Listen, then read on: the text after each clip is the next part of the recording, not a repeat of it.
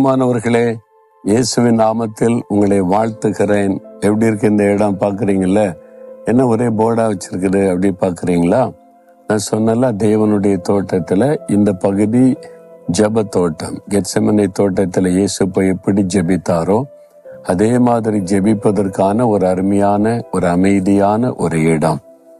இந்த இடத்துல வரக்கூடிய மக்கள் ஜெபிப்பதற்கான ஜெப குறிப்புகள் அடங்கின போர்டுகள் தான் அங்கே வைக்கப்பட்டிருக்கிறாரு. இந்த பகுதியில் தமிழ்நாட்டில் இருக்கிற ஒவ்வொரு மாவட்டங்கள், அதனுடைய விவரங்கள், அதனுடைய ஜெப குறிப்புகள் இங்கே வைக்கப்பட்டிருக்கிறாரு. தமிழிலும் ஆங்கிலத்தில் அதை எழுதி வைத்திருக்கிறோம். ஏன்னா பல மாநிலத்தை சார்ந்தவங்க வர்றாங்க. இதை பார்த்து ஒவ்வொரு போர்டுக்கு முன்னால் நின்று ஒவ்வொரு மாவட்டத்துக்காக சில நிமிட நேரம் ஜெபிப்பாங்க. அப்புறம் அடுத்தது போனால் அடுத்த மாவட்டம், அப்படி ஒவ்வொரு மாவட்டத்தை பற்றி விவரங்கள் உள்ள வந்து அப்படியே நீங்கள் ஜெபிச்சுக்கிட்டே போனீங்கன்னா மணிக்கணக்காக அப்படியே தொடர்ந்து ஜெபிக்கலாம். ஒரு ஜெபிக்கிற ஒரு சூழ்நிலையை ஆண்டவர் உருவாக்கி வைக்க சொல்லி தான் இதை செய்திருக்கிறோம். நீங்கள் தேவனுடைய கூடார நாள் மாடிக்கு வரும்போது அங்கேருந்து நடந்து வந்துடலாம் இந்த ஜெப தோட்டத்திற்கு.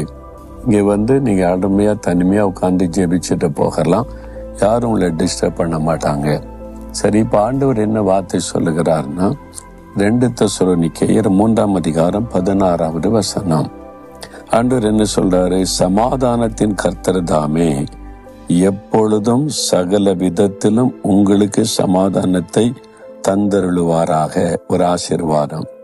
சமாதானத்தின் தேவன் ஆண்டவர் எப்படிப்பட்டவரா? காட் ஆஃப் பீஸ், சமாதானத்தின் தேவன். இயேசுக்கு ஒரு அழகான பெயர், பிரின்ஸ் ஆஃப் பீஸ், சமாதான பிரபு. சமாதானத்தின் தேவன் சமாதான பிரபுவாய் உலகத்தில் வந்தார். நமக்கு சமாதானத்தை உண்டு பண்ணி மாக்கின இயேசுவின் மேல் வந்தது. அவர் சிலுவையில நம்முடைய பாவங்களை ஏற்றுக்கொண்டு, சாபங்களை ஏற்றுக்கொண்டு, நம்முடைய பிரச்சனைகள் பாடுகளை ஏற்றுக்கொண்டு மறித்து அவர் உயிரோடு எழுந்த பொழுது நமக்கு சமாதானத்தை உண்டு பண்ணினார். அந்த இயேசு கிறிஸ்து உங்களுக்கு சகல விதத்திலும் எப்பொழுதும் சமாதானத்தை அருளி செய்வார். எப்பொழுதுமே சமாதானம். ஆண்டவர் கொடுக்கிற சமாதானம் குறிப்பிட்ட நேரம் மாத்திரம் அல்ல. அதனால தான் இயேசு சொல்லுகிறார், உலகம் கொடுக்கிற பிரகாரம் நான் உங்களுக்கு கொடுப்பதில்லை, என்னுடைய சமாதானத்தை தருகிறேன்னார். அப்போ எப்பொழுதும் எல்லா சூழ்நிலையிலும் சமாதானம் இருக்கும். நம்மை சுற்றிலும் என்ன நடந்தாலும், நம்முடைய வாழ்க்கையில எத்தனை போராட்ட நெருக்கம் வந்தாலும் அப்படியே உள்ளத்தின் ஆழத்தில் ஒரு அமைதி இருக்கும். அந்த சமாதானம்.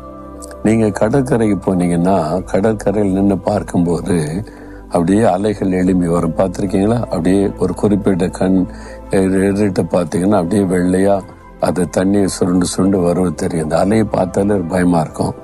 அந்த கால் நனைக்க வரைக்கும் நல்லா இருக்கும், அப்புறம் சுருட்டி இழுத்துறன்னு பயந்து ஓடுவோம். அப்போ கரையில வரும்போதெல்லாம் இந்த அலைகள் இருக்கும். அதுதான் நம்மளை பயம் உறுத்தும். அதை உள்ளுக்குள்ள போயிட்டீங்கன்னு வைங்களேன், உள்ளுக்குள்ள கடலுக்குள்ள கப்பலில் பிரயாணப்பட்டிருக்கீங்களா? அப்படிலாம் நான் பிரயாணப்பட்டிருக்கேன். பார்த்தா ரொம்ப ஆச்சரியம், ரொம்ப அமைதியாக இருக்கும். அப்படியே ரொம்ப அமைதியாக இருக்கும். கரையில் தான் இந்த மாதிரி அலைகளாக வந்து அப்படியே பயமுறுத்தும். உள்ளுக்குள்ளே போனால் ரொம்ப அமைதியாக இருக்கும். இன்னும் சொல்கிறாங்க, உள்ள ஆழத்தில் போனால் ரொம்ப அமைதியாக, அது சின்ன ஒரு அசைவு கூட இல்லாமல் இருக்குன்றாங்க. அதே மாதிரி இயேசு நம்முடைய உள்ளத்தில் வந்துட்டா உள்ளத்தின் ஆழத்தில் ஒரு பெரிய ஆத்ம அமைதி, அதான் தெய்வ சமாதானன்றது. அது எப்பொழுதும் இருக்கும், சகல காரியத்திலும் இருக்கும். எது வந்தாலும் அந்த சமாதானத்தை மட்டும் கெடுக்க முடியாது. வெளியில சில காரியம் நமக்கு அலசடிப்படுற மாதிரி தெரியும். ஒரு பயத்தை உண்டாக்குறது, சோர்வை உண்டாக்குறது, இந்த மாதிரி பிரச்சனை வந்துட்டு போகும். ஆனா உள்ளத்தின் ஆழத்துல பாத்தீங்கன்னா அப்படியே ஒரு அமைதி, அதான் தெய்வ சமாதானம். இது நிறைய பேருக்கு இல்லை.